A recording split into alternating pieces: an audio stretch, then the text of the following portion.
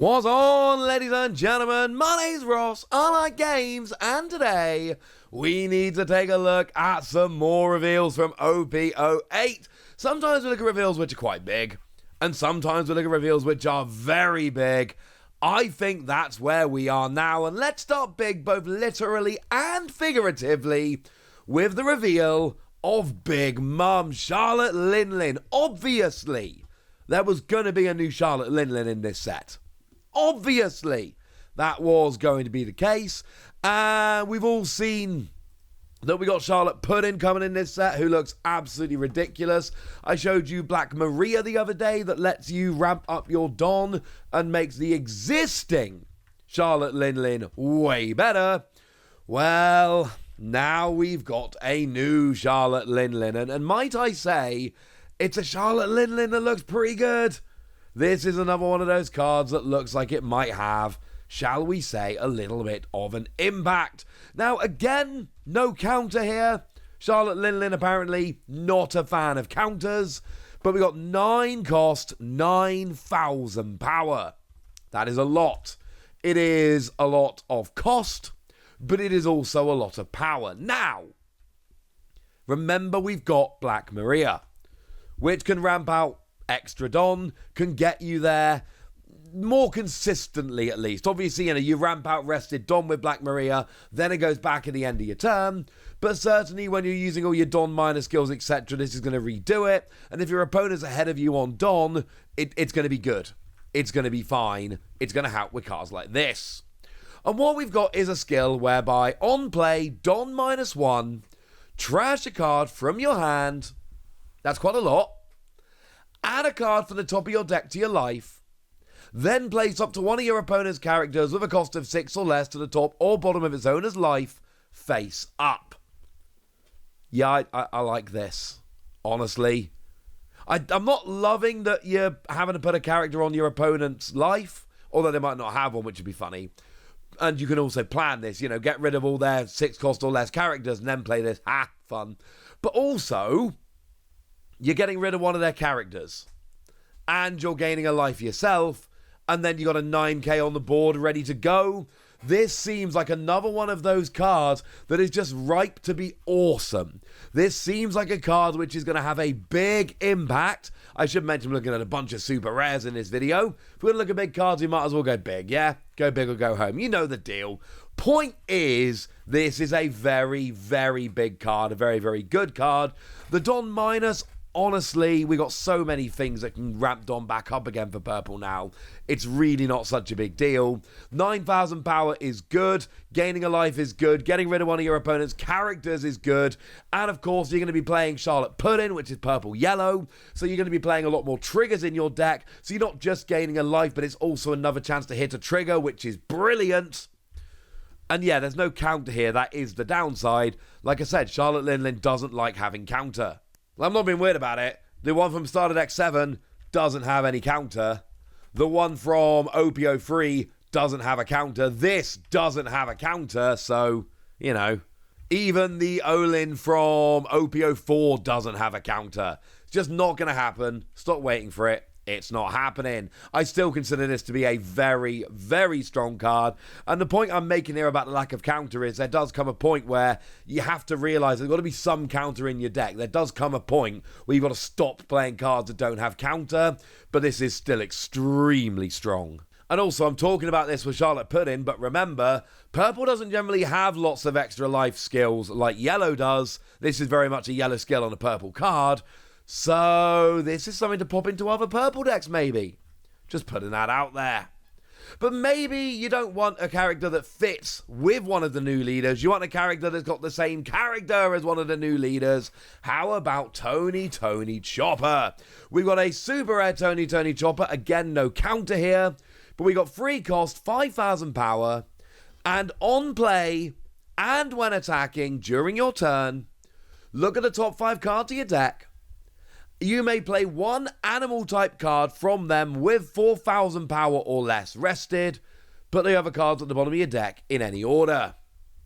Legit just lets you play animal cards for free, which is brilliant. For what it's worth, that will include the Tony Chopper from EB-01, the one that's got blocker and lowers power when you attack. That's kind of nice. But there's lots of fun things you can do here. There will be more coming along in the future. And we can get a fun combo going along with the Tony Chopper from OP-04. Because when you play this one, or when you attack, you get to look at the top 5 cards of your deck and play an animal rested. But the animal that you play could, for argument's sake, be the Tony Chopper from OP-04, which on play lets you play an animal character with 3,000 power or less from your hand. Now, you will need to have that in your hand in order to get it going, but essentially, you can play one Tony Chopper here, which, for the record, is only a free cost. This is turn 2, whether you go first or second, and that could turn into 3 characters on the board. I'm just saying that could be a fun combo to pull off. And again, I'm just giving you examples here. There are always other combos, and there's going to be combos from cards that we haven't even seen yet that are going to work beautifully with this in the future. I like this, honestly. And like I've said, there will be others in the future that you can have a play with here. And I think there's going to be some fun to be had. So Tony Chopper's looking really good. You get to play an extra character, which could be a character that lets you play an extra character, which would be awesome. But we've also got a Carrot, which is also relevant because, of course, Carrot is another one of the leaders in OP-08. So it's kind of nice. We've got a Chopper leader and a Chopper character. We've got a Carrot leader and a Carrot character. I wonder if we're going to be getting a Charlotte Pudding character. I don't think we've seen one of these yet, but if I'm wrong about this, I'm pretty sure I'm not. But if I am wrong about this, or one's revealed between me making and uploading this video, please let me know, would ya? That could be fun. Now, I showed you the other day how Minx are getting a lot better, how I was very unconvinced, and then we had a bunch more Minx cards that were revealed that really did start to change my opinion on these. Well, what about this new Carrot? Does that make me change my mind on Minx anymore? 5 cost, 6,000 power, counter plus 1,000, and on play and when attacking, up to one of your opponent's 7 cost or lower rested characters does not become active during its owner's next refresh phase. Oh, yeah, that's good. Because you see, here's the thing. It's not just an on-play skill, it is also an attacking skill. So you can basically sit there every turn and go, nope, nope, nope, and just sit there saying no, turn after turn after turn, while your opponent is blocked from using the same character, turn after turn after turn. Of course, it was just t'other day that I showed you the Electric Luna card. That was an event card, one of those Minx cards I showed you. But that's the one that basically says all of your opponent's 7 cost or lower rested characters do not activate during your opponent's next refresh phase. Now that's all of them, and this is only one of them.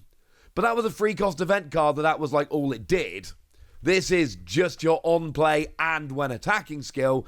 And I love skills that are both on play and when attacking, because it means I get to use it every single turn. If it's just on play, I just get it once. If it's just attacking, I don't get it the turn I play it. If it's both, yay! Job's a good un. This again strikes me as a very, very good character. Minx are really starting to come together here. Because we've got the blocker Pedro, very nice blocker, but who also, on KO, lets you rest one of your opponent's Don, or lets you KO a 6 cost or lower rested character. And incidentally, if you keep a character rested, you can basically use Carrot to keep a character rested, so that if your opponent attacks, you block with Pedro, and then you get to KO them, and they wouldn't have been rested if it wasn't for the fact that Carrot stopped them refreshing, but Carrot did stop them refreshing, so they are rested, so when Pedro blocks and goes down, he takes the rested character with him. There are fun combos that can be pulled off, like that with Minx, and that's why I'm starting to feel a lot better about it. We saw Zoe, or Elephant, the stage the other day, that has an activate main, rest this stage, and then you get to activate one of your Don as long as your leader is Minx, which, as we said, it will be. And at the end of your turn, you get to activate one of your Minx, which kind of sounds like fun. Minx are getting way better. And, don't forget your leader, Carrot. does have an activate main once per turn if you've got a Minx character in play, rest an opponent's character with 5 cost or less. We've got lots of resting skills, but we've now got multiple you don't activate skills. And I'm telling you, Minx is starting to come together. I can't tell you it's going to be a top tier deck, but I absolutely can tell you that when we first started seeing Minx, I was just like, nah, mate, I'm good. But now that we're seeing more and more of them, my opinion is changing pretty rapidly. I'm starting to like Carrot. This is starting to look pretty good. So there we go. That's what you need to know. Those are 3 new super rares from the set. And now it's over to you guys. Tell me what you think about these cards. Tell me which ones you think could be game changers. Tell me anything you want to tell me in the comment section. Go nuts! Be nice! And then make sure you like this video, subscribe to this channel, follow me on Twitter at TheWasi. That's where we talk about One Piece and a bunch of other card games. And please do consider checking out patreon.com/PTCG Radio, where you can support the channel, get some bonus podcasts, join a Discord, and all kinds of fun things. But by far the most important thing, as always, look after yourselves till next time, would ya? Thank you very much for watching. My name's Ross, and you've been watching Wasi Plays.